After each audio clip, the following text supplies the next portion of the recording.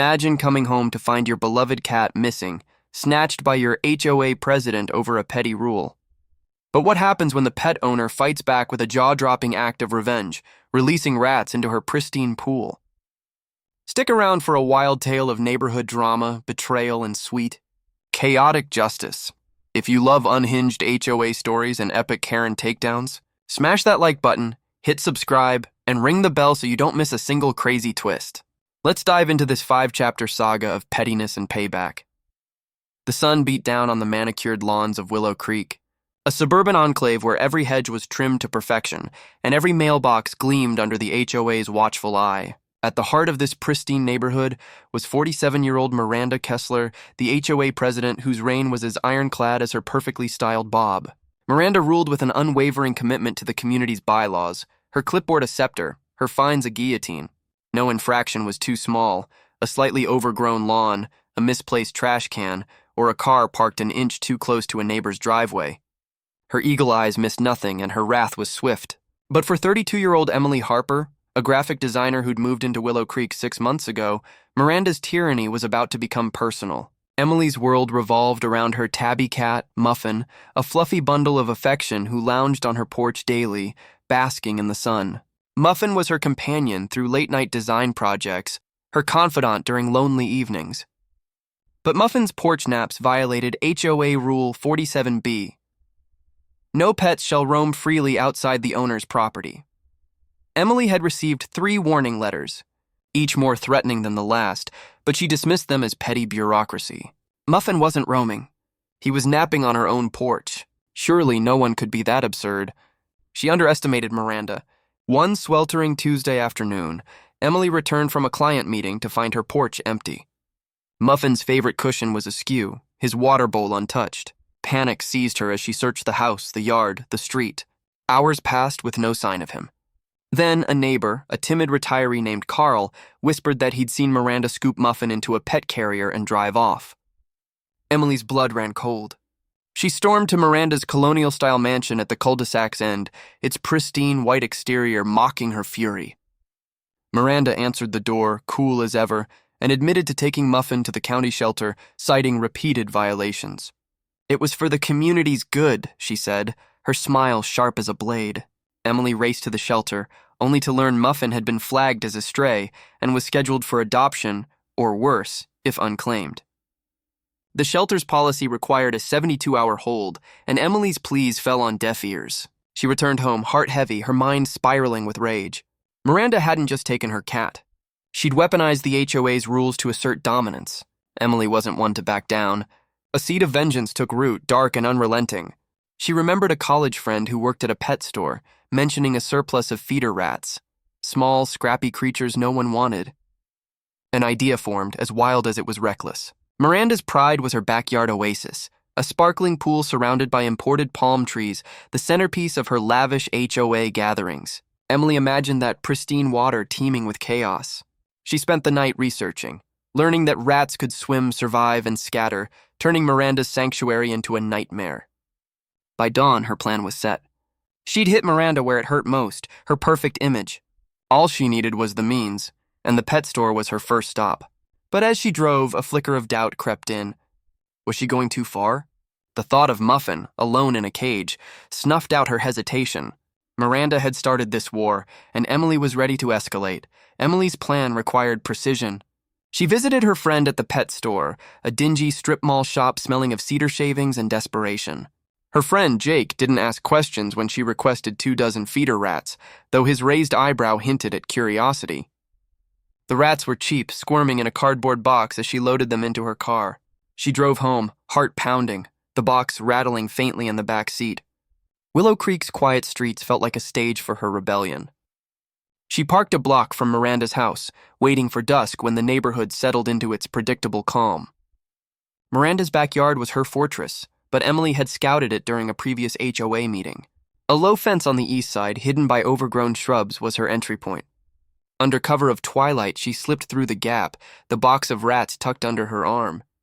The pool glowed like a sapphire, its surface undisturbed, a testament to Miranda's obsession with perfection. Emily crouched by the water's edge, her pulse racing as she opened the box. The rats spilled out, some plunging into the pool, others skittering across the deck. They splashed and squeaked, their tiny claws scrabbling against the tiles. Emily didn't linger. She retreated, her heart a mix of triumph and dread. By morning, Miranda's screams echoed through Willow Creek. Emily watched from her porch as neighbors gathered, drawn by the commotion. Miranda stood by her pool, her face a mask of horror as she pointed at the rats swimming lazy circles in her chlorinated paradise. Some had climbed onto pool floats, their beady eyes glinting in the sunlight. The neighborhood buzzed with whispers, shock, amusement, and thinly veiled delight. Miranda's perfect image was shattered, her pool a public spectacle. Emily kept her distance, feigning ignorance, but her satisfaction was short-lived. Miranda wasn't one to let chaos reign unchallenged. She called an emergency HOA meeting, her voice trembling with rage as she vowed to find the culprit. Emily attended, blending into the crowd, her face a mask of concern. Miranda's eyes scanned the room, lingering on her for a moment too long.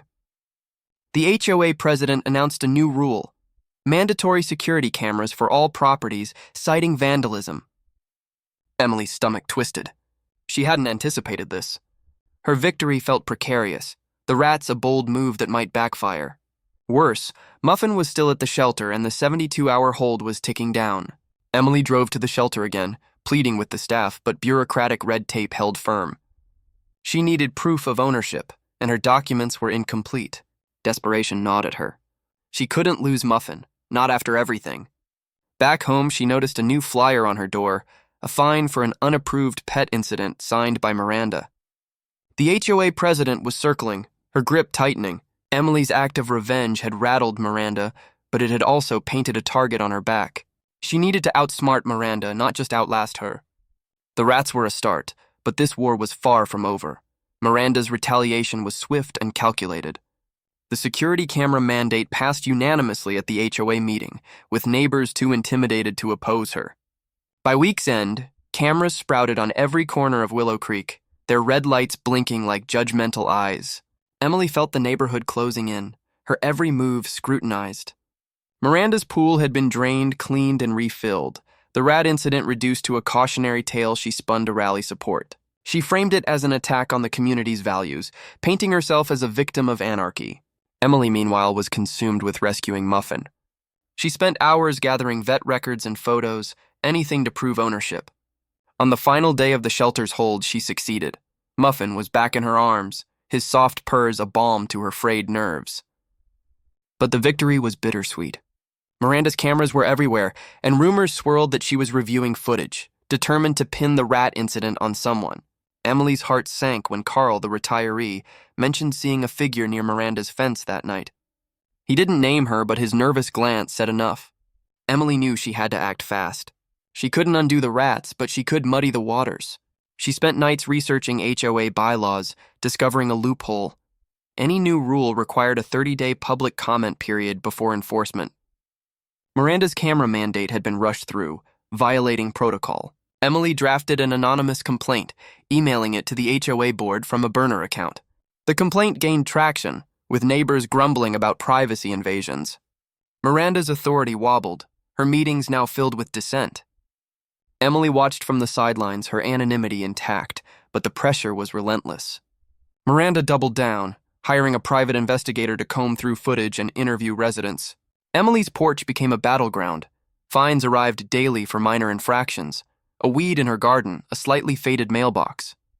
Miranda was waging a war of attrition, and Emily's savings were dwindling. She couldn't keep up. Her resolve hardened. The rats had been a warning.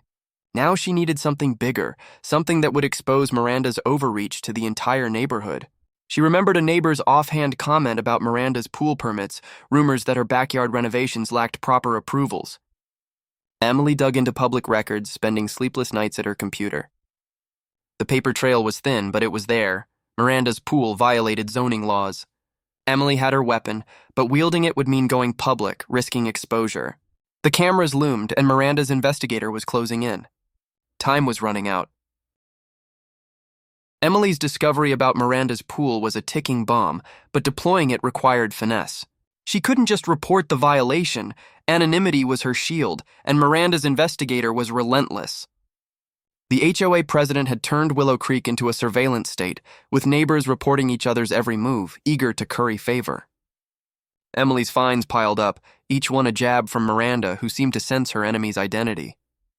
Emily's job suffered as she juggled work and her covert war, her designs late, her clients frustrated. Muffin, now safe at home, was her only solace, curled up on her lap as she pored over zoning records. The pool's permit violation was clear. Miranda had expanded it beyond legal limits, bypassing inspections. Emily contacted the county zoning office anonymously, submitting documents through a friend's address. Days later, an inspector arrived at Miranda's door, clipboard in hand. The neighborhood watched as Miranda's composure cracked, her voice sharp as she argued with the official. The pool was deemed non-compliant, and Miranda faced a choice: demolish the extension or pay hefty fines. Her backyard oasis, the symbol of her status, was now a liability. Emily savored the chaos from afar, but her triumph was tempered by fear. Miranda's investigator had questioned Carl, who'd grown nervous, avoiding Emily's eyes. The cameras hadn't caught her face, but a blurry figure near the fence was enough to fuel Miranda's suspicions. At the next HOA meeting, Miranda announced a new initiative, a community watch program, encouraging residents to report suspicious behavior. The room buzzed with unease, but no one dared challenge her. Emily felt the noose tightening. She needed to end this, not just for herself, but for Willow Creek. She crafted a final plan, an anonymous expose, a letter to every resident detailing Miranda's abuses, her unpermitted pool, her rushed camera mandate, her pet seizures. Emily printed the letters at a library miles away, mailing them from another town. The letters hit mailboxes on a quiet Sunday, and Willow Creek erupted. Neighbors whispered, argued, rallied. Miranda's next meeting was a disaster. Residents demanded her resignation, citing the letter's evidence. Miranda fought back, her face red, her voice shrill, but the tide had turned. Emily sat in the back, silent, her heart pounding. Had she won? Or had she pushed Miranda too far? The HOA president's eyes locked on hers, a promise of retribution unspoken. Miranda's downfall was spectacular, but incomplete. The letters had fractured her authority, and the zoning violation forced her to drain her pool, leaving it a concrete husk. Neighbors openly defied her, ignoring fines, parking wherever they pleased. Willow Creek was unraveling, and Miranda's grip was slipping. But she wasn't done. Emily sensed it in the way Miranda watched her, her gaze cold and calculating. The investigator had found nothing concrete, but Miranda's instincts were sharp. Emily's fines stopped, an eerie silence that felt like the calm before a storm. She kept Muffin indoors, her paranoia growing. One night, she spotted a shadow near her porch, a figure too quick to identify tampering with her trash cans. The next morning, a new fine arrived. Unsanitary property conditions. The evidence? Scattered garbage staged to look like neglect. Emily knew this was Miranda's doing, a final jab to provoke her. She was tired, exhausted from months of fighting, her savings drained, her job on shaky ground. But surrender wasn't an option. She rallied the neighbors, organizing a petition to oust Miranda as HOA president. The response was overwhelming. Dozens signed, fed up with her tyranny. At the final HOA meeting of the season, the vote was called. Miranda stood at the podium, her face a mask of defiance, but the numbers didn't lie. She was out. A new president, a quiet accountant named Sarah, took her place, promising transparency. Emily exhaled, the weight lifting. Miranda moved away weeks later, her house listed for sale, her pool still empty. Willow Creek slowly healed, the cameras dismantled, the bylaws softened. Emily's porch became Muffin's sanctuary again, his naps undisturbed. But as she watched him bask in the sun, a chill lingered. Miranda's final glance at that meeting had promised something. Revenge, perhaps, or a grudge that wouldn't fade. Emily pushed the thought away, stroking Muffin's fur. She'd won, but at a cost. The neighborhood was free, but the scars of their war remained. If this wild HOA saga had you hooked, hit that subscribe button like this video and drop a comment about your own crazy neighbor stories. Ring the bell for more unhinged tales of petty revenge and Karen chaos. See you in the next one.